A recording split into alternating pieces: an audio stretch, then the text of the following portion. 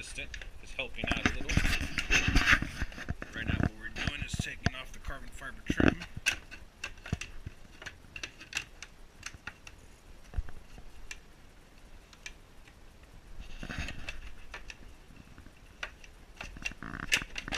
Why did I have the screw loose?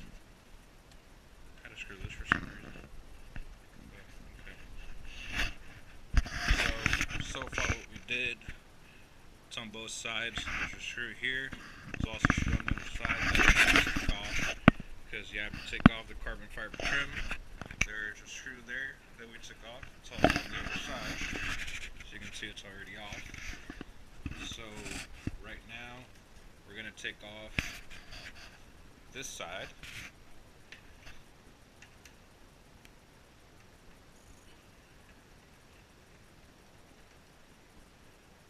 Hopefully they like my new watch. Alright, killer watch, bro.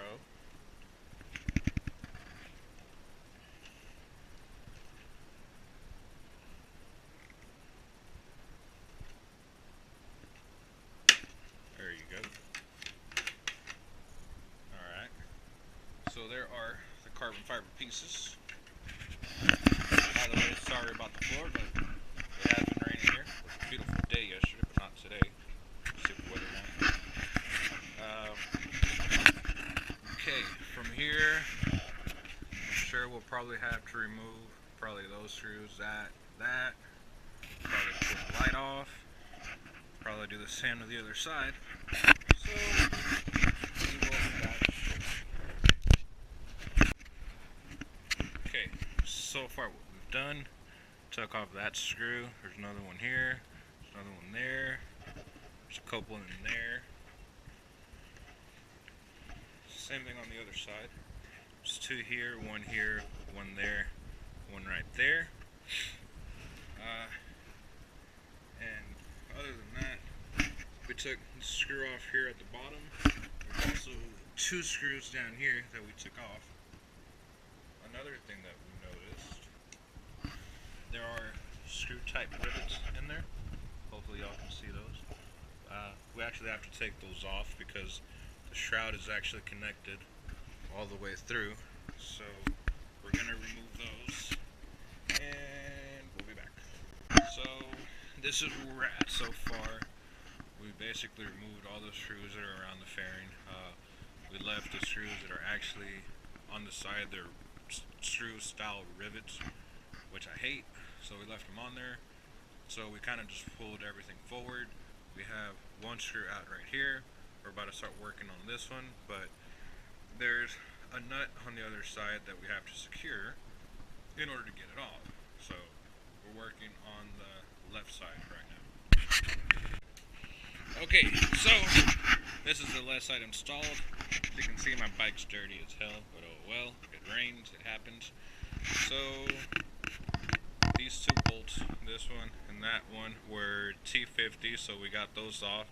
Unfortunately, on the back side, I know you can't see it, but you're going to need a 14mm socket with a position coming out the other way, or you have to pretty much go from here down there somewhere, and you'll be able to catch that bolt.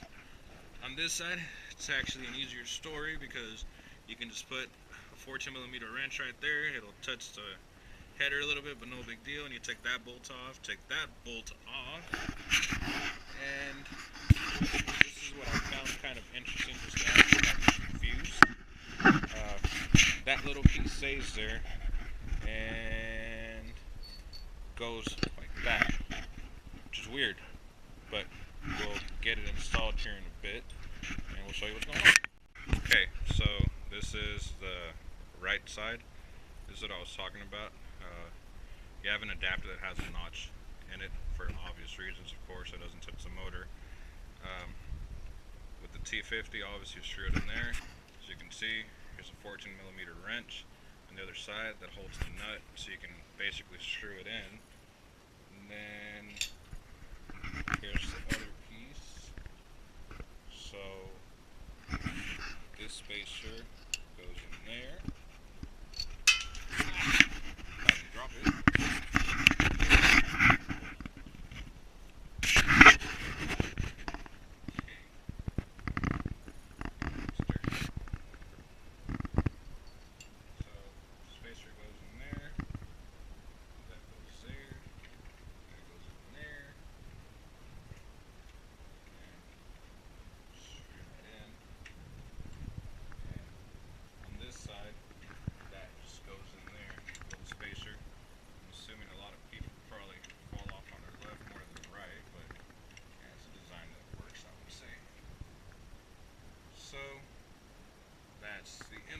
that side. We'll torque it in a little bit. That's basically it. Obviously, all of my ferns are down. So we just did that. It turned out I didn't have to take that off, but I did it because I thought I had to. This side would also be the same thing. Obviously, 250 there, torque it down. Your other 250 there, torque it down. And on the back side, was what I was talking about earlier. You also have another nut back there, but you have to grab it from the other side using an extension and a 14mm socket. So it's a good thing I have an extra hand. And they're installed. So we'll see it again.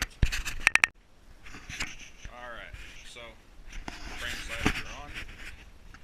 We did run into one issue on this side, which explains why you probably won't be able to see it, but why it had that notch out there and why there isn't a screw. When we first installed it, of course we installed it and, this actually comes off. The slider actually comes off. When we put it on there, we didn't know that the plastic actually has to be behind this bar. So that's really the only issue we ran into, but obviously we got it fixed. Yeah, they do stick out somewhat, but I still think they do look pretty nice. And one last thing I will show y'all is the integrated tail light that we put in it.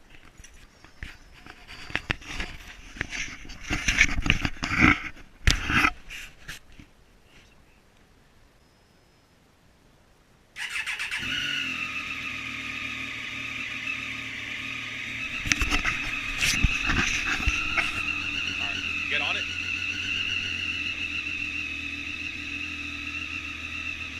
Alright, hit the brake. So that's the brake. Hit it again. Alright, turn signals. Other side. Alright. And of course, as you can see, the Competition Works fender eliminator that I installed in it. And there she is. Took us a few hours, but I think we got it done. I'll take some pictures of it when the weather's nice outside. Obviously, we did it in the dark. Probably make another video since we are going to do it on his bike as well once it comes back from the shop. Alright guys, that's it.